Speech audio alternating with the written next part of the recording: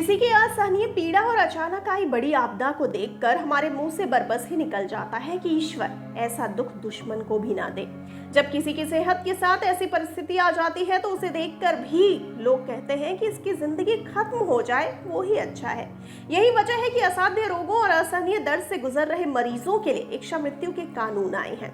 तो आइए सबसे पहले तो जानते हैं कि इच्छा मृत्यु के कितने प्रकार होते हैं। सबसे पहले सक्रिय इच्छा मृत्यु, घातक दवाइयां देकर ऐसे व्यक्ति का जीवन समाप्त करना जो असाध्य बीमारी से ग्रसित है और असहनीय पीड़ा का सामना कर रहे हैं। दूसरा, निष्क्रिय इच्छा मृत्यु, लाइफ सपोर्ट सिस्टम को हटाकर ऐसे व्यक्ति का जीवन समाप्त करना जो कम से कम 6 महीने से वेजिटेटिव स्टेट में है। तीसरा, सहायता प्राप्त आत्महत्या, इसे अंग्रेजी में असिस्टेड सुसाइड कहते हैं। इसमें मरीज पूरे होशो हवास में अपनी जिंदगी खत्म करने का फैसला करता है और डॉक्टर उसे दवाई देने समेत अन्य साधनों में उसकी मदद करते हैं। इसे अमेरिका में मृत्यु प्राप्त करने में डॉक्टरी सहायता कहा जाता है। लिविंग विल, ये एक दस्तावेज है जिसमें व्यक्ति अपनी इच्छा बताता है। जब उसकी लाइलाज स्थिति से उसे उबरना संभव ना हो तो वह चिकित्सीय संसाधनों की मदद से जिंदा रहना चाहेगा या नहीं। अभी तक की बातों से स्पष्ट हो गया होगा आपको कि इच्छा मृत्यु की मांग मरीज खुद करता है या उसकी तरफ से उसके रखवाले भी करते हैं। अगर मरीज कोमा में रहे तो उसकी तरफ से उसकी देखभाल करने वाले ही इच्छा मृत्यु की मांग कर सकते हैं, क्योंकि वो बिल्कुल अचेत रहता है।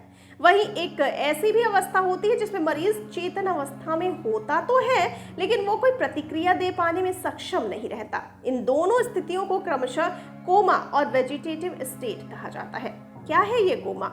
आपको बता दें कि कोमा बेहोशी की एक गहरी अवस्था है जिसमें व्यक्ति दर्द पर प्रतिक्रिया नहीं दे पाता और ऐसा लगता है कि वो सो रहा है। यह चोट, बीमारी या जहर के कारण हो सकता है।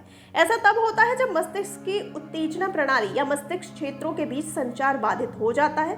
कोमा में गए व्यक्ति को जगाया नहीं जा सकता है। दूसरा, वेजिटेटिव स्टेट, इसे प्रतिक्रियाहीन जागृत अवस्था कहा जाता है। इसमें मरीज पूरी तरह से बेहोशी की अवस्था में होता है लेकिन कुछ बार आंखें खुली रहती हैं और जागने और सोने के दौर आते रहते हैं। वेजिटेटिव स्टेट में लोग जागते हुए दिखाई देते हैं लेकिन बाहरी दुनिया के प्रति सार्थक प्रतिक्रिया नहीं दे पाते। उनकी आंखें खुली हो सकती हैं, वे जम्हाई ले सकते हैं, गुर्रा सकते हैं या अन्य आवाजें निकाल सकते हैं, लेकिन वे अपनी आंखों से चीजों का पीछा नहीं कर सकते, बातचीत या इशारे नहीं कर सकते। उनमें किसी तरह की भावना भी जाहिर करने की इच्छा नहीं होती है।